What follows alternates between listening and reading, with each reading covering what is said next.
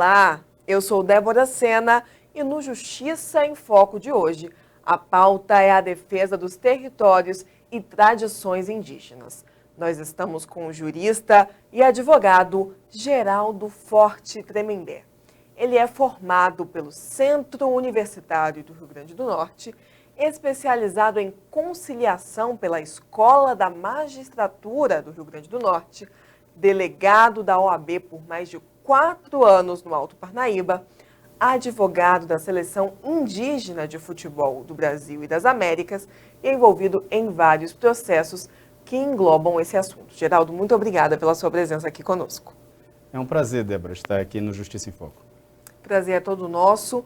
Vamos começar, então, explicando como a nossa legislação ou a própria Constituição regulamenta a questão da exploração mineral pelos indígenas. Há uma estrutura constitucional que reconhece o direito dos povos indígenas a manter a cultura e a tradição. E isso envolve tudo, é um bem material e bem material dos povos indígenas.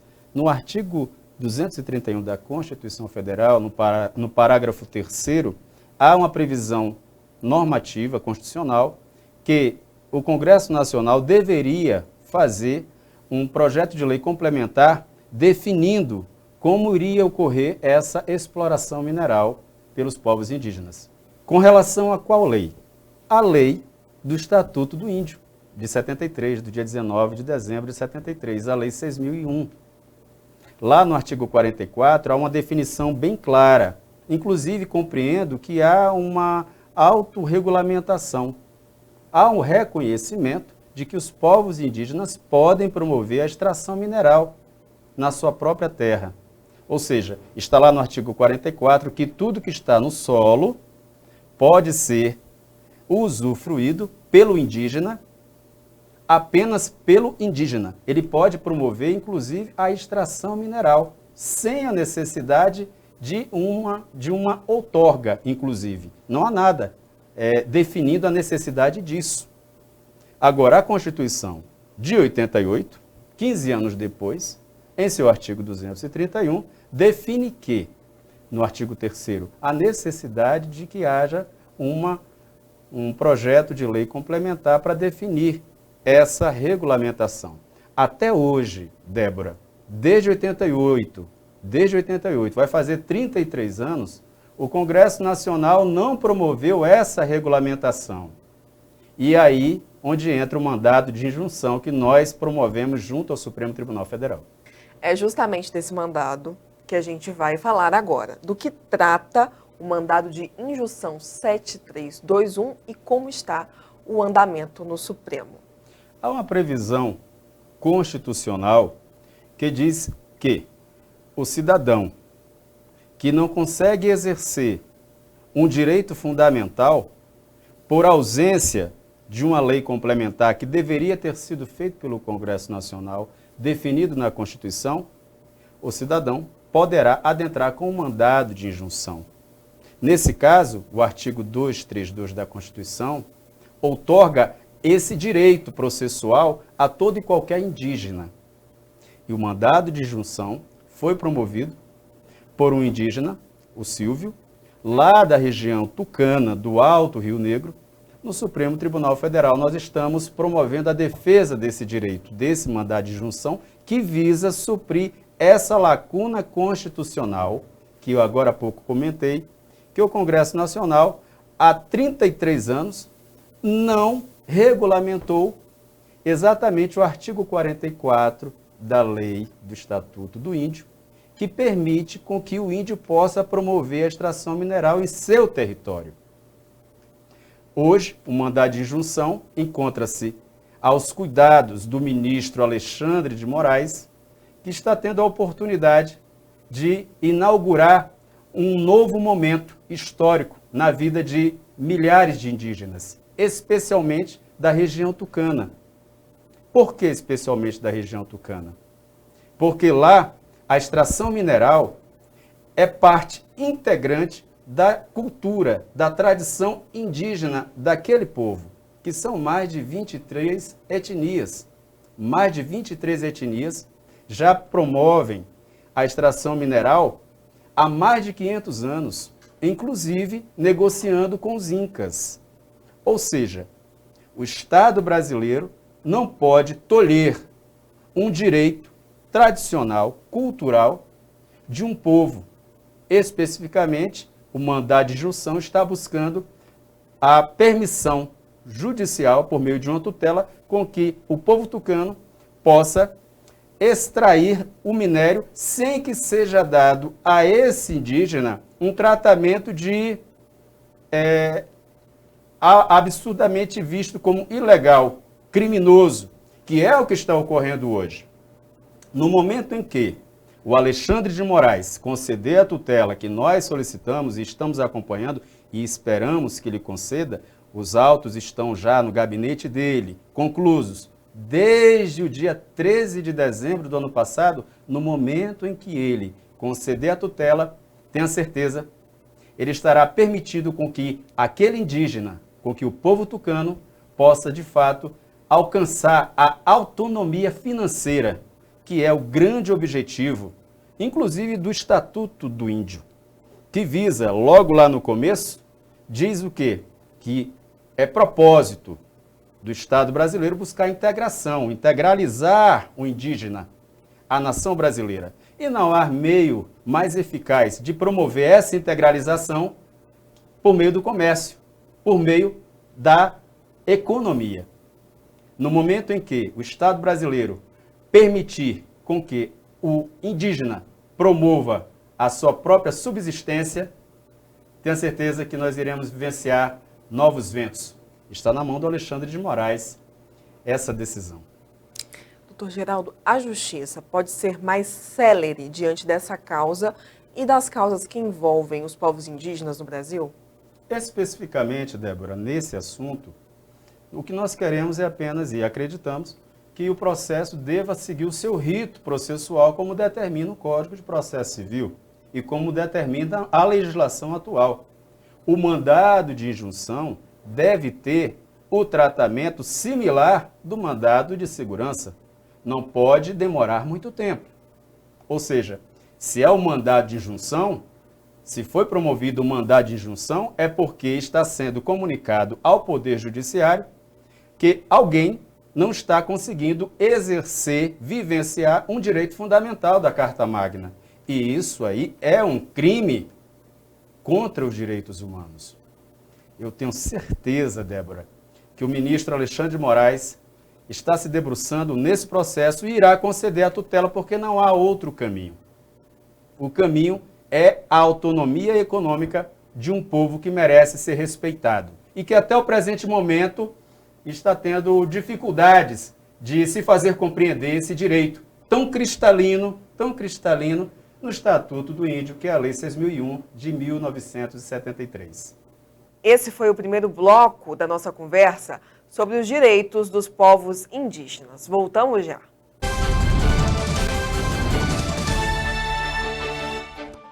As mudanças no Código de Trânsito Brasileiro mantiveram a obrigatoriedade da realização do exame toxicológico de larga janela de detecção. Para atender essa exigência, você pode contar com a Central de Exames Cruzeiro, com a qualidade Chromatox e é credenciada pelo Denatran. Acesse nosso site www.secruzeiro.com.br ou ligue para 61 3361 0740. Central de Exames Cruzeiro. Serviços de saúde com excelência. Venha estudar no Grupo Faveni.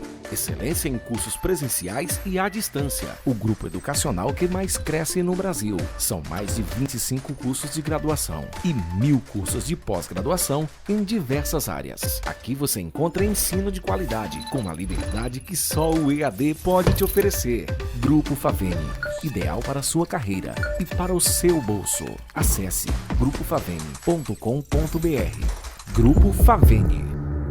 A internet revolucionou a nossa forma de comunicação e com o Press Release você terá um alcance visual maior do seu produto. Um site com publicações dos seus próprios usuários em forma de vitrine de comunicação digital. Ficou interessado? Então acesse o nosso site www.pressreleases.com.br e se cadastre ou entre em contato pelo WhatsApp. Pensando em contratar um crédito imobiliário? Então é melhor você conhecer o caminho mais rápido para a casa própria. Nós somos a Poupex. Temos 39 anos de atuação no mercado e já financiamos mais de 134 mil imóveis em todo o país. Estamos entre os agentes financeiros que mais concederam esse tipo de crédito. Você vai financiar online a sua casa de maneira prática e segura, com juros baixos e as melhores condições. Crédito imobiliário digital Poupex.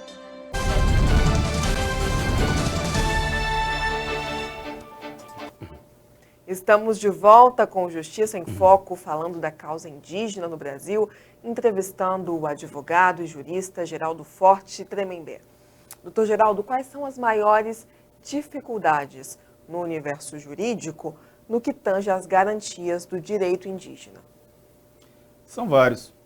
Hoje, por exemplo, nós estamos vivenciando a necessidade de que o Congresso Nacional regulamente o direito dos indígenas promoverem em sua terra, na sua própria terra, a extração mineral, que já está previsto na lei do Estatuto do Índio de 73, no artigo 44 e no artigo 45. Registre-se que são direitos indisponíveis. O Ministério Público deve, inclusive, participar de todo e qualquer procedimento, processo judicial, que tenha como tema direitos indígenas. Isso aí é algo constitucionalmente definido, inclusive.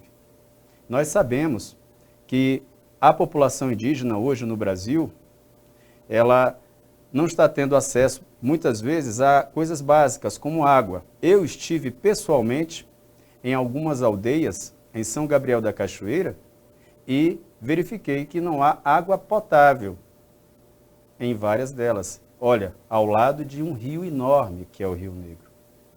Então, os direitos dos indígenas, assim como o direito dos demais integrantes da nação brasileira, de todos, é de ter o respeito à dignidade da pessoa humana. Especificamente em relação aos indígenas, esse direito, que é o que nós estamos questionando pelo mandado de injunção junto ao Supremo Tribunal Federal, precisa ser respeitado. Nós não vamos ficar esperando mais 33 anos para o Congresso Nacional resolver votar um projeto de lei complementar, que já está lá previsto em um dos parágrafos do artigo 231. Não faz sentido. Veja quantas pessoas no Brasil, quantos indígenas no Brasil já faleceram por conta da falta dessa regulamentação. A história dos garimpos colocam aí um número elevado de pessoas que já faleceram por conta dessa falta de regulamentação. O Estado brasileiro precisa enfrentar essa matéria.